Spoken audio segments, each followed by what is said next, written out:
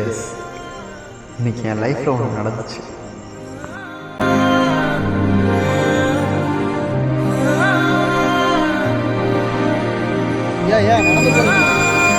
ஏன் நடந்து போகிறீங்க? எங்கே நடந்து போகிறீங்க? புரியல. கீழே போகணுமா? வண்டியில் விட்டுட்டா ஏறுங்க, வண்டியில் ஏறுங்க, நான் ட்ராப் பண்ணுறேன். ஏறிக்கோ, நான் அங்கே விட்டுறேன் முன்னாடி. சரியா? இறங்குறீங்களா? என்னங்க சாப்பிட்டீங்களா? சரி, வண்டியில் ஏறுங்க, நான் ட்ராப் பண்ணுறேன். மனசுக்கு கொஞ்சம் கஷ்டமாக இருக்குது அப்படின்னு சொல்லிட்டு பர்கூர் ஹில்ஸ் வரைக்கும் போயிருந்தேன்.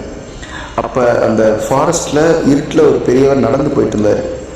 எங்கே தனியாக நடந்து கூடாதுன்னு அவர்கிட்ட கேட்டதுக்கு அவர் ஏதோ பேசுனாரே, எனக்கு சரியாக புரியலை. சரி, ஓகேன்னு என் பைக்கில் அவர் பிக்கப் பண்ணி கீழே செக் போஸ்ட் வரைக்கும் கொண்டு வந்து விட்டேன். கையில் ஒரு 100 ரூபா கொடுத்தேன். என் பர்ஸில் இருந்த அமௌண்ட் எடுத்து ஒரு 100 ரூபா கொடுத்தேன்.